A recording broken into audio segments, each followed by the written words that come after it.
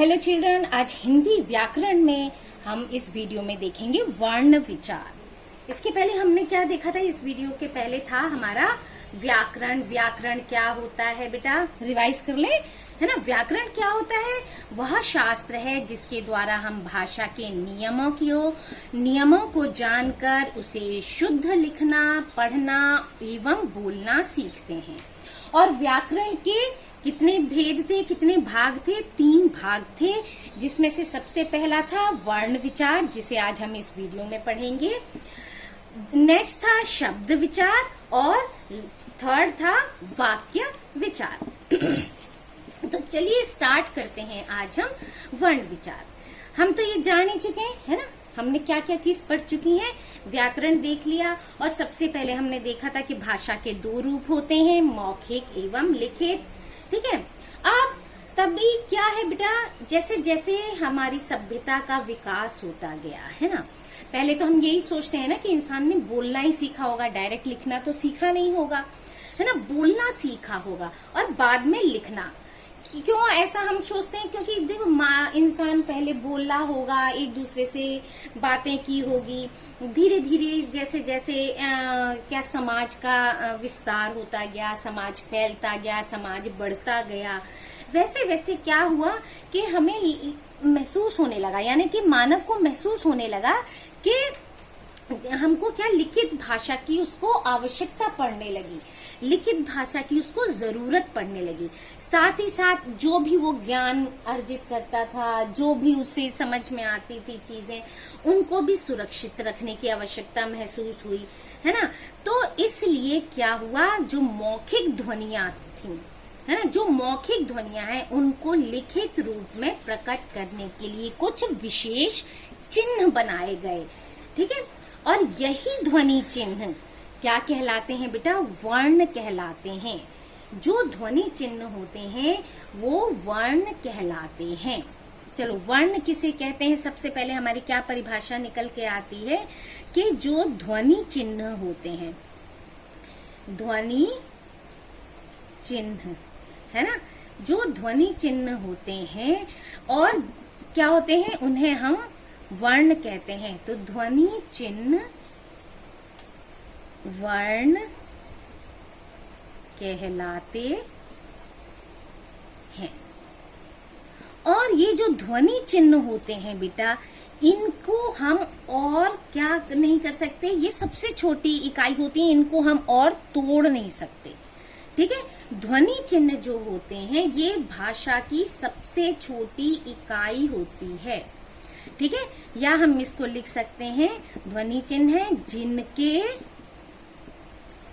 खंड या टुकड़े नहीं किए जा सकते। ठीक है। इनके और टुकड़े नहीं किए जा सकते, यानी कि भाषा की सबसे छोटी इकाई वर्ण है। इससे और क्या पता चलता है हमको कि भाषा की सबसे छोटी इकाई वर्ण है। अब ये जो वर्ण है, हमने ये वर्ण पढ़ा, ये जो वर्ण है, अब इनका अगर उचित मेल किया जाता है, इनको अगर उचित शब्द मिलाते, उचित वर्ण मिलाते हैं, तो वो क्या बनता है? शब्द। उचित वर्ण जैसे क्या होता है? जैसे आ धन म, ये बना आम। ठीक है। ये हो गया वर्ण। ठीक है। ये वर्ण हो गए, वर्ण से मिलकर क्या बना? शब्द बना। अब आपको समझ में आ गया। एक और हमको परिभाषा मिली परिभाषा। एक परिभाषा और क्या मिली हमको कि शब्द क्या होते हैं? ये होते हैं वर्णों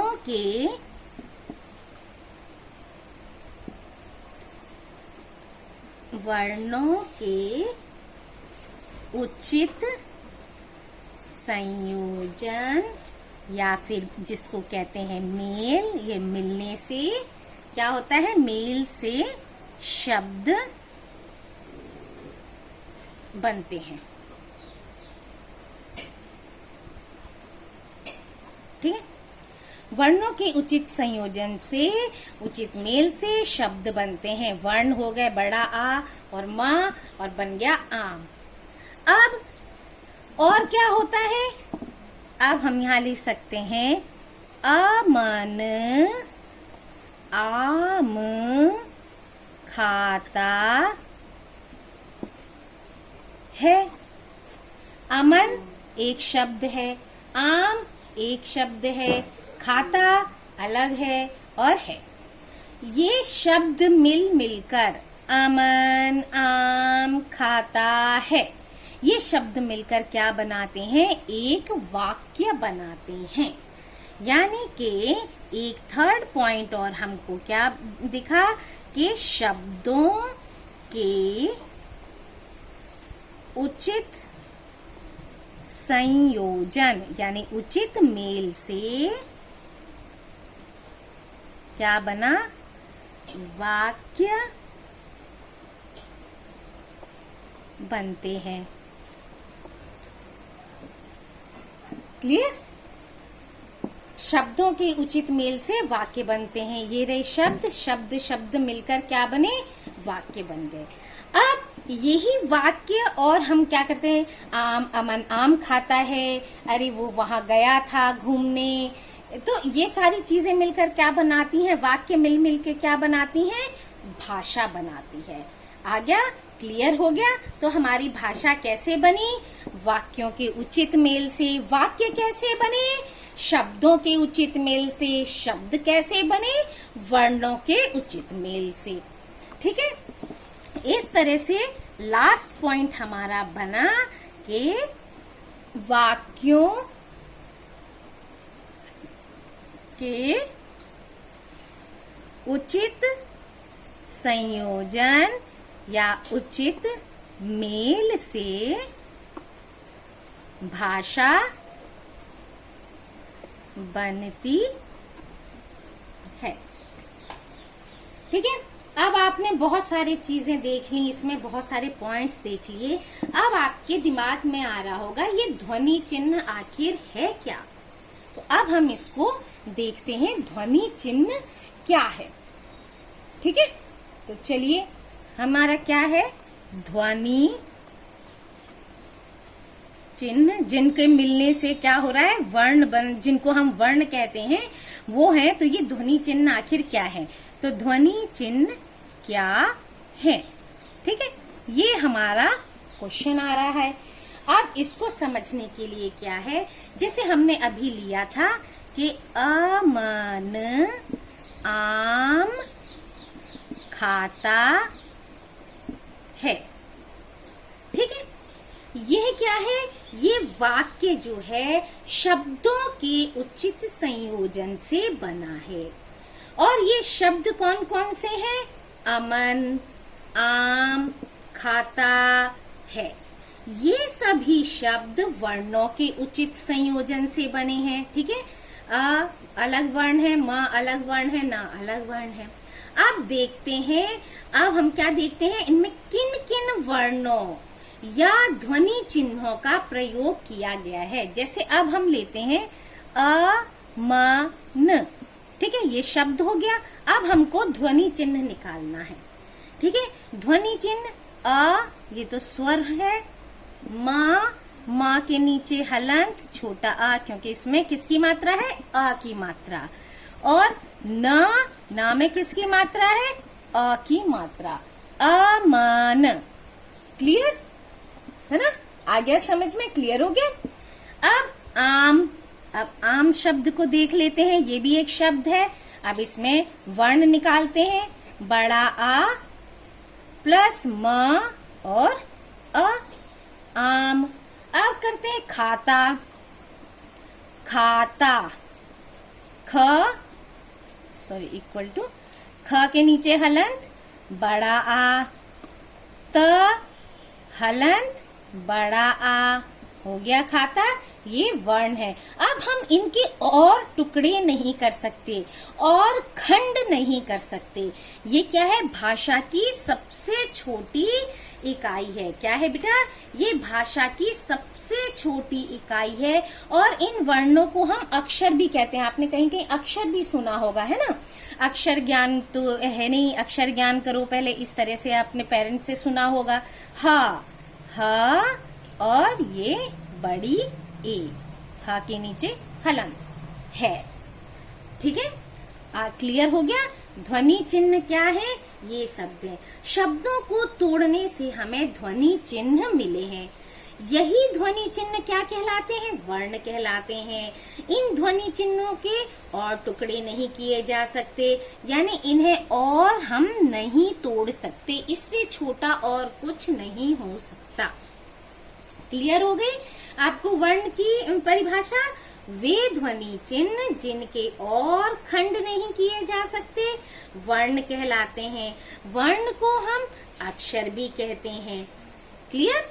चलिए आगे बढ़ते हैं कि वर्णों का प्रयोग जो है लिपि चिन्हों एवं ध्वनि चिन्हों के रूप में किया जाता है, यानी लिखने और बोलने के लिए, दोनों के लिए किया जाता है। प्रत्येक भाषा में अनेक ध्वनियां होती हैं, अतः अनेक ध्वनि चिन्ह भी बनाए गए हैं और इन ध्वनि चिन्हों को लिखने का एक विशेष क्या होता है? सीक्वेंस होता है, एक विशेष क्रम होता है।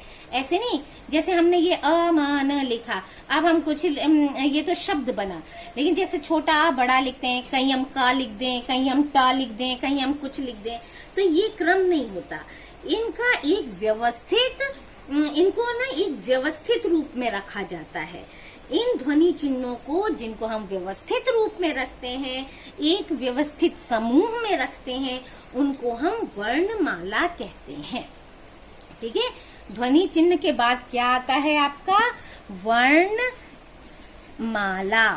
वर्णमाला क्या? ये जो वर्ण है, जैसे हम छोटा आ, बड़ा आ, छोटी ई, बड़ी ई, हमें ये मालूम है छोटा आ के बाद क्या आता है? बड़ा आ आता है।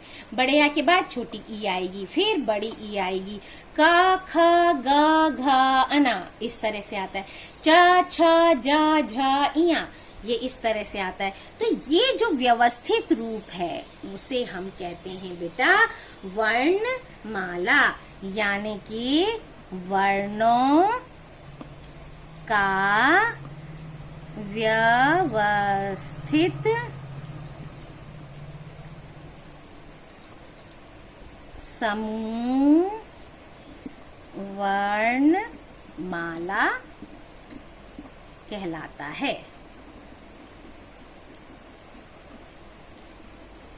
ठीक है, ये वर्णमाला कहलाता है। अब वर्णमाला में हमारे कितने होते हैं? अल्फाबेट जो वर्णमाला होती है कितने होते हैं? 52। कितने होते हैं बेटा? 52। अब इसको भी हम कैसे देखेंगे कि कैसे होते हैं। वर्णमाला में 52 वर्ण कैसे होते हैं? ठीक है, सबसे पहले क्या होता है? स्वर होते हैं। होता है वर्णमाला में स्वर होते हैं। स्वर कितने होते हैं बेटा? 11। चलिए अभी हम देखते हैं, 11 बाद में लिखेंगे। क्या क्या होते हैं? छोटा आ, बड़ा आ, छोटी ई, बड़ी ई, छोटा उ, बड़ा उ, री ऋषि, ए एड़ी, आई ऐनक, ओ ओखली, औरत। ठीक है, 1 2 3 4 5 6 7 8 9 10 11। तो स्वर कितने हुए हमारे? 11। फिर होता है अनुस्वार। अनुस्वार वो क्या होता है? 1, एक होता है, यानी अंग। ठीक है, अंग, अंग से अंगूर। एक और होता है विसर्ग। वो कितना होता है? वो भी एक होता है। आह, 2 बिंदी। ठीक है, अब हम काउंट करेंगे 11 + 1 + 1 इस तरह से, है ना। अब इसके बाद आता है व्यंजन। व्यंजन कितने होते हैं वो हम देख लेते हैं। कितने होते हैं व्यंजन? अब व्यंजन देखिए क्या क्या होते हैं। क, ख, इन सब के नीचे हलंत आएगा क्योंकि हम अभी इसमें चिन्ह नहीं लगा रहे हैं, ध्वनि चिन्ह है ना, जो हमारा ये स्वर की मात्राएं हैं अभी हम नहीं लगा रहे हैं। तो क, ख, ग, घ आना, च, छ, ज, झ, इया, ट, ठ, ट, ठ, ट, ठ, ड, ढ और 3 पाई अना। फिर उसके बाद आता है त, थ, द, ध, न। फिर है प, फ, ब, भ, म, य, र, ल, व। फिर श, श, स, ह। फिर है इसके बाद आता है संयुक्त व्यंजन, जिसको हम बोलते हैं संयुक्त व्यंजन। ठीक है, क्या है संयुक्त व्यंजन? श, श, स, ह, छ, त्र, ज्ञ और एक और आता है जिसे हम वर्णमाला के अंतर्गत अलग से नहीं पढ़ते हैं, अलग से देखते हैं, श्र। श्रीमती, श्रमिक, श्रीमान, ये वाला श्र, ये वर्ड अलग से है। अच्छा, इसमें जो है ड और ढ, ये जो है ड और ढ, इसमें एक उच्छिप्त वर्ड कहते हैं। ड के नीचे बिंदी, ये भी एक वर्ड आता है, और ढ के नीचे बिंदी, ये कहलाते हैं बेटा उच्छिप्त व्यंजन, उसमें आते हैं, लेकिन हम व्यंजन में ही काउंट करते हैं इनको। तो पहले ये देख लेते हैं कितने हो गए व्यंजन। 1 2 3 4 5 6 7 8 9 10 11 12 13 14 15 16 17 18 19 20 21 22 23 24 25 26 27 28 29 30 31 32 33 34 35। तो ये हो गए 35। अब हो गए संयुक्त व्यंजन 1 2 3 4। संयुक्त व्यंजन कितने हो गए? 4, यानी स्वर प्लस अनुस्वार प्लस विसर्ग प्लस व्यंजन प्लस संयुक्त व्यंजन मिलाकर कितना हुआ टोटल? 4 5 9 10 11 12 2 1 और 3 4 और 1 कैरिंग 5। इस तरह से 52 क्या हो गए? हमारी वर्णमाला हो गई। अब इसके अंतर्गत हम और भी चीजें पढ़ेंगे, वो नेक्स्ट वीडियो में बेटा, है ना। उच्चारण के कौन कौन से प्रमुख वो हैं, कैसे कैसे उच्चारण किए जाते हैं शब्दों को, तो ये सारी चीजें हम नेक्स्ट वीडियो में पढ़ेंगे। तब तक के लिए thank you. Like share and subscribe my channel.